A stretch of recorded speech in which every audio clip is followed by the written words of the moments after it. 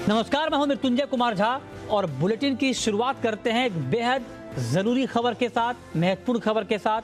खबर यह है कि कोरोना ने फिर से जोर पकड़ना शुरू कर दिया है। देश के 91 जिलों में मरीजों की संख्या फिर से बढ़नी शुरू हो गई है। इनमें 34 जिले महाराष्ट्र के ही हैं। पिछले 24 घंटे में देश में कोरोना के 14,000 से ज्यादा नए मामले सामने आए हैं। कोरोना के बढ़ते मामलों ने एक बार फिर चिंता बढ़ा दी है और कोरोना मामले उस वक्त बढ़ रहे हैं जब टीकाकरण का काम लगातार चल रहा है।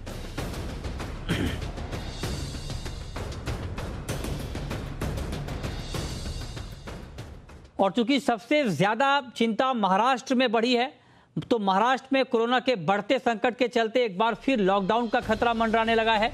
राज्य के कई शहरों में कड़ी पाबंदियां लगाई गई हैं। पुणे में नाइट कर्फ्यू लगा दिया गया है, तो नागपुर में स्कूल कॉलेज बंद कर दिए गए हैं। राज्य सरकार ने भीड़ भाड़ वाले राजनीतिक और धार्मिक कार्यक्रमों पर पाबंदी लगा दी है। राज्य के मुख्यमंत्री उद्धव ठाकरे ने कड़ी चेतावनी देते हुए कहा था कि लोग अगर नहीं सुधरेंगे तो फिर से लॉकडाउन लगाया जा सकता है। लॉकडाउन अगर नहीं चाहिए तो जो 3 चीज हमेशा मैं कहते आ रहा हूं, मास्क पहनिए, हाथ धोइए और एक दूसरे से एक सुरक्षित अंतर रखिए। और इस खबर पर ग्राउंड रिपोर्ट बताने के लिए हमारे 2 संवाददाता इस वक्त हमारे साथ जुड़े हैं। हमारे साथ हैं यवतमाल से जी मीडिया संवाददाता अमर काणे और मुंबई से सुबोध मिश्रा। अमर, सबसे पहले मैं आपके पास आना चाहता हूं क्योंकि शुक्रवार को ही यवतमाल में सख्ती बढ़ाने की खबर आई थी। ताजा हालात क्या हैं? क्या सख्ती का कोई इम्पैक्ट दिख रहा है आंकड़ों पर? आंकड़े क्या कहते हैं और इस वक्त वहां के ताजा हालात ग्राउंड पर क्या हैं कोरोना को लेकर? मैं बताना चाहूँगा कि विदर्भ में पूरे तरह से कोरोना के मामले बहुत तरीके से बढ़ गए। उसमें भी देखा जाए तो पश्चिम विदर्भ में ये मामले ज़्यादा बढ़े हुए हैं और उसके बाद नागपुर और वर्धा में बढ़े। नागपुर में आज जो हुआ है वो स्कूल कॉलेजेस बंद करने का ऐलान हुआ है 7 तारीख तक का। और उसके सिवा जो सब्जी मार्केट है उस पर भी पाबंदी लगाई गई है। जो धार्मिक प्रोग्राम्स जो रहते हैं, राजनीतिक जो आंदोलन होते हैं, उसके लिए भी अभी परमिशन 7 मार्च तक नहीं मिलेगी।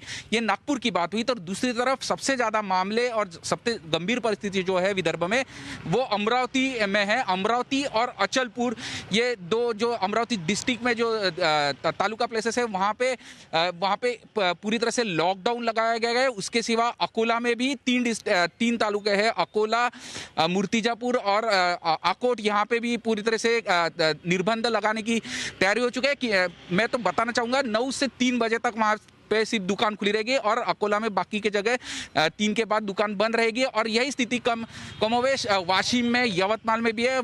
अभी हम यवतमाल में, यहाँ 5 बजे के बाद पूरी तरह से संचारबंदी लागू हो जाएगी। तो देखा जाए तो नागपुर में ही गए 3 दिनों में 2000 से ज़्यादा मामले बढ़े हुए। 650, 750 तक के मामले नागपुर में बढ़ रहे हैं और दूसरी जगह अमरावती में भी बढ़ रहे हैं। प्रशासन ने गंभीर है इसी बारे में और कुछ कठोर भूमिका भी प्रशासन ने ले, लेकिन लोगों की भी भूमिका इसमें बहुत महत्वपूर्ण है। नागपुर में कल देखा जाए तो जो सीताबर्डी मार्केट है वहाँ बहुत बड़ा रश लगा का। लोगों ने कोरोना को गंभीरता से लेने की बहुत जरूरत है।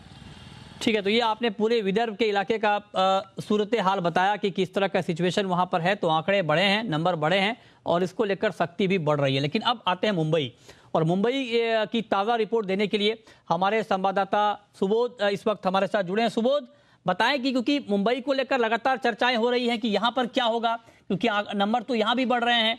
तो मुंबई को लेकर अभी ताज़ा हालात क्या हैं? ग्राउंड पर आप क्या देख पा रहे हैं? किस तरह की सख्ती हो रही है और क्या कुछ अंदर खाने आपको खबर मिल रही है सरकार की प्लानिंग की? जी बिल्कुल मृत्युंजय जी, मैं आपको ये बता दूं कि जहां कल जो सीएम हैं उन्होंने जो चिंता जताई और एक जो मुहिम चलाई मी जवाबदार, उस मुहिम को लेकर के बीएमसी भी काफी गंभीर है।